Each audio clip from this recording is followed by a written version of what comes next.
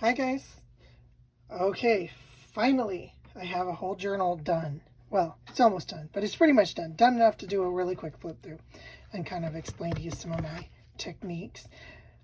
This is a paper bag journal that I used some white paper bags to make, and it ended up being this huge, alligator mouth journal that it should have had several signatures and I should have done a bigger spine, but too late. I'd already made it. So with a nice tight tie, it goes on, it goes flat. But I really like how it turned out. So this is a picture that I printed out online, and then I made it puffy. So one of the pages, I took a pot holder. I took it apart. I used I'll show you later when we flip through the book. So I saved this padding, and then I cut it out just a little more than 1/4 of an inch shy of the size of this thing. Glued it onto the paper, and then flipped it over, and then zigzagged it on to the page. And it makes this cool, I don't know if you can really see it, but it makes a cool puffy dimensional cover that I love. And I had some old velvet that I left it wrinkly because I kind of like the wrinkly look. And I just put glue stick all over. I used a green Pendaflex file folder, one of these. So I used that for and then, so what I did was, let's back up. I took it, opened it up, took these metal jobbers out, and then folded it to where it was in the middle here, and then folded, there's another little fold mark here, which happened to work out perfect for the size of my journal. Glued that down really good, cut it, shortened it, and then glued coffee dyed paper inside the whole thing, and then stitched the rest of the book in. So that was pretty easy, pretty basic, because I had made a hardcover for it, and it's too skinny of a book, and it didn't fit, so I had to go option B, plan B. But I still like how it turned out. This is a piece of, isn't it funny how us fabric hoarders, we know exactly where we got stuff? This was a jacket that was my going away dress that my mother-in-law made me when I married my first husband. It was a cream colored spaghetti strap tulip dress, and it had this really pretty gold jacket that went over, like gold lace jacket that went over the top, and she made me a hat to go with it. It was really cute, and let me tell you, I was like a fly on the airplane on the way to my honeymoon, let me tell you. But, that hasn't fit me in, I don't know what, 40 years, 30 years? 30 years, yeah. And, but I still saved the fabric.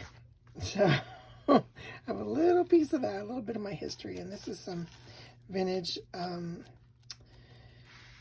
it's from the 60s. I collect this stuff. I buy old clothes from the 60s that are metallic, like silver, aqua, green, blue, and gold. And they usually have some kind of funky trim like this around the neck or around the wrists or something.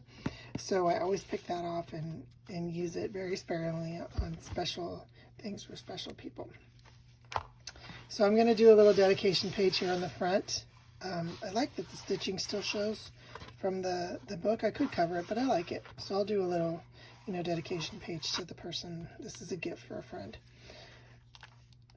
So this person is not really a junk journal that I'm giving this to, but she has children, and I thought this would be a really great way for her and her family, her and her kids, to do something fun and kind of jot down, especially this year. It's been such a monumental year. Family memories. So, what kind of tree do you get? Do you cut one down? Do you buy it at a lot, or do you have an artificial one? And then, there's space on the back of the tag for a picture, and space behind the tag for another photo, of their Christmas tree. And then this is from the snippet roll that I made. that I did a previous video on. And this is what's your favorite holiday memory, and then there's some room on the back of these two tags to write down their favorite holiday memories, and even, you know, tuck some more another piece of writing paper or something behind there if they want to write more. Oh, I forgot this page. Okay. I keep skipping this page because it keeps staying closed. But anyway, I got to finish this little tag, and it's going to go here, and then there's space for photos here on the side. I love this page. It just came out really cool. I wanted to do a stuffed envelope. They had a greeting card. This greeting card. And I cut 2 of the cards up and made all these tags out of 2 cards. And the envelope, it was luckily a printed envelope too. So there's also a tag inside here. So there's lots of space to write on all these tags. Holiday memories, different, you know, different little things. And these little tags here. Some lace pieces. So I had a mustache. Oh, I keep going out of frame. And then this opens up, and there's another tag. Tag drawer, tag vault, bunch of tags. And I just love this picture of this little girl. I thought she was so sweet. And this one is, what special celebrations and traditions do you have in your family for the holidays? I just love that little picture. And this here is, I did another video where I was showing just different things that I'm playing with and experimenting with. This is actually a dryer sheet that I painted, and then I put gold sparkly paint on, and it came out really cool. It looks like a little peach colored lacy thing, which went nice with the bird and everything else. This is some old vintage wallpaper I have had from the 1920s. So I have this space here for photos, and then I made a little waterfall book that they can write in or tuck more, you know, family photos of holiday traditions. And then there's also a pocket that they can put some things in. I didn't stuff the pockets and everything. I'm leaving some space for her to do some things. Besides, I mean, it's getting so fat. I don't know what I might fold up some onion skin paper, put in there because it's so thin. And then belly band with another piece of snippet roll. And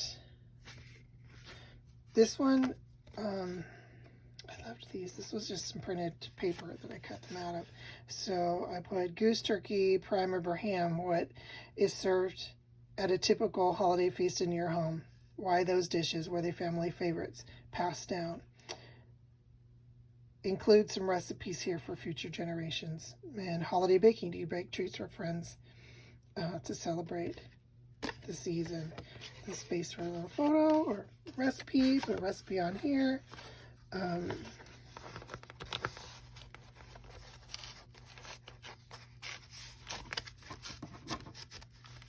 And again, a pocket, a big pocket to tuck more recipes or whatever. Now this was another page that I did with a Christmas card that I talked about in the other previous video. So I just used some lace that I had, and this one says, do you send holiday cards? Include a copy of this year's card. And little journaling tags or whatever. But there's space to, you know, they could just do this and stick their holiday card in there too. A lot of people do those photo cards though, so there's room. Now I left these long strings so I could put some charms and some beads on here, but still got to do that. This is an Artie Mays kit that I got online. I was looking for some kind of Christmassy something before I had found all these Christmas papers. So I got to punch these tags and put the ribbons on still.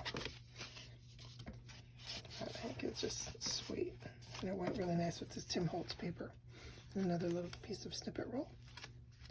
This is the fabric from the pot holder. So I got 2 of these for $1 at the dollar store. And I just picked all the fabric off and then cut the flowers out, glued them to some cardstock, and then made them little tuck spots.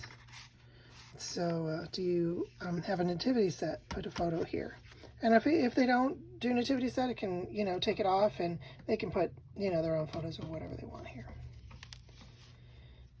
And this one, do you get a special holiday outfit?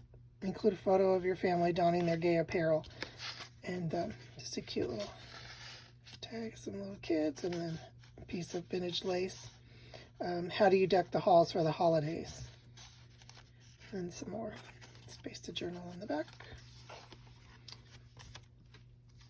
And then this one, if you could go to the North Pole, what would you do?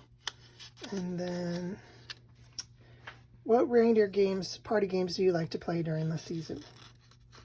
So there's some space to tuck some little things there. There's also this little pocket that they can put all the, you know, names of the games or whatever. It's journaling, put a little photo here, whatever.